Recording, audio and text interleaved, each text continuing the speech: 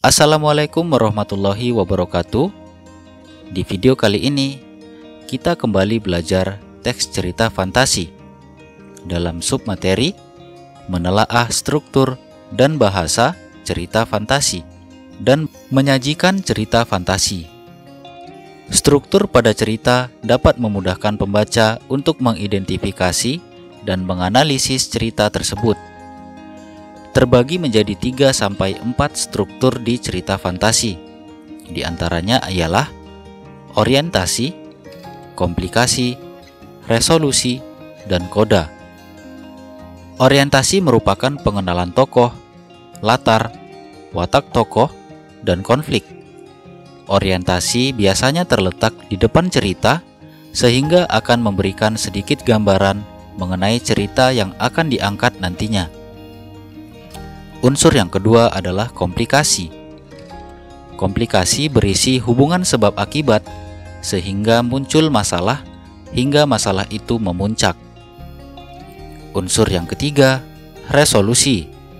Berisi penyelesaian masalah dari konflik yang terjadi atau masalah itu mulai mereda. Unsur yang keempat ialah koda. Koda bersifat opsional. Artinya boleh ada, boleh tidak, tergantung dari penulisnya. Ragam alur cerita. Garis besar rangkaian peristiwa merupakan sebuah cerita atau rangkaian jalinan cerita. Biasanya mengikuti pola seperti bagan di bawah ini. Alur cerita dimulai dengan orientasi hingga kemudian meningkat ke puncak cerita atau klimaks. Ketika di dalam cerita sudah menemukan titik solusi, maka cerita akan mengalami resolusi yang berujung koda. Berikut penjelasan rangkaian peristiwa atau plot. Bagian awal. Bagian awal sering juga disebut sebagai pengenalan atau orientasi. Fungsinya adalah mengantarkan cerita. Pada bagian ini dikenalkan latar cerita, tokoh, dan watak-wataknya. Bagian ini wajib ada, karena di bagian inilah cerita mulai diperkenalkan kepada pembaca. Bagian tengah. Bagian tengah merupakan rangkaian kejadian atau peristiwa hingga ke bagian klimaks atau inti cerita. Saat masalah utama diceritakan, bagian ini diawali dengan rangkaian kejadian yang menuju ke puncak masalah.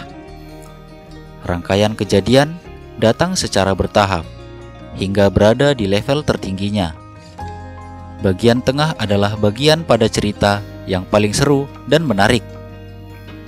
Bagian akhir. Bagian ini menjawab masalah utama, tentu saja dijawab dalam bentuk rangkaian peristiwa atau kejadian juga. Bagian terakhir adalah kesimpulan dan penutup cerita. Bagian ini biasanya berupa resolusi dan koda. Cerita di bagian akhir bisa dimenangkan oleh tokoh antagonis ataupun protagonis. Bagian akhir biasanya bukan benar-benar akhir dari cerita. Ada juga cerita fantasi yang memiliki kelanjutan cerita mereka. Ciri kebahasaan pada cerita fantasi.